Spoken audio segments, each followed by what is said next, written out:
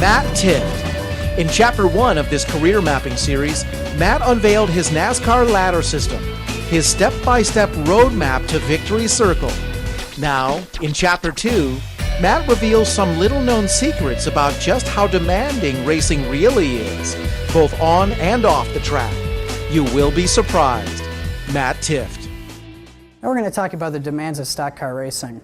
And when you see NASCAR on ESPN or Speed or whatever it is, you're probably thinking that, man, that's not too hard. You just got to drive around in circles and turn left all the time. Well, we're going to show you it's a lot more than that. Now, sustain high mental concentration.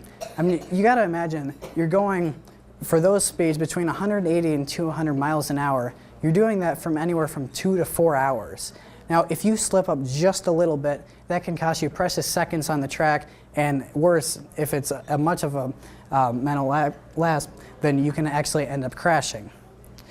And very high temperatures, they measured a car in the Coca-Cola 600 this year, which is NASCAR's longest race in May. And what they did in this car is they put a thermometer in the cockpit. And on this day, which was about an 85-degree day at the time of the race, it was 155 degrees in the cockpit. That's not counting our fire suit, that's just the air around there. So it is extremely hot inside these cars. And also dehydration. So because of this, we prepare for these races, for the longer ones, like marathon runners would do for running a marathon. And we'll hydrate with many fluids, we'll drink lots of Gatorade and water.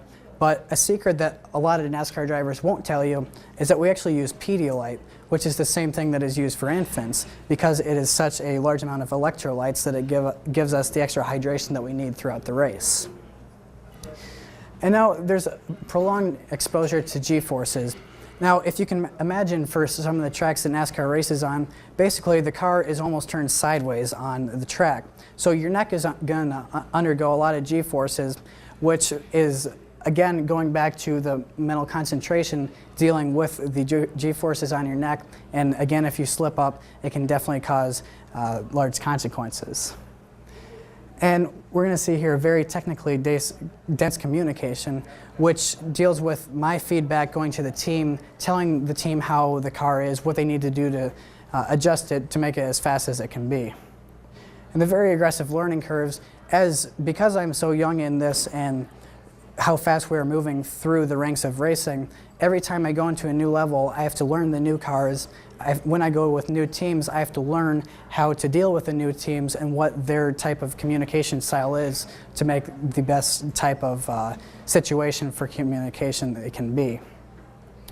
And the management of multiple complex relationships. This is going to be dealing with sponsors, your personal life, and the owners in the racing world. And for public image and fan relations, we'll do events outside of racing, just as what we're doing today. And this is to really interact with the people and show a different side than just what you see as a race car driver. And finally, mastering a large, volatile, escalating, and highly unconventional economic model.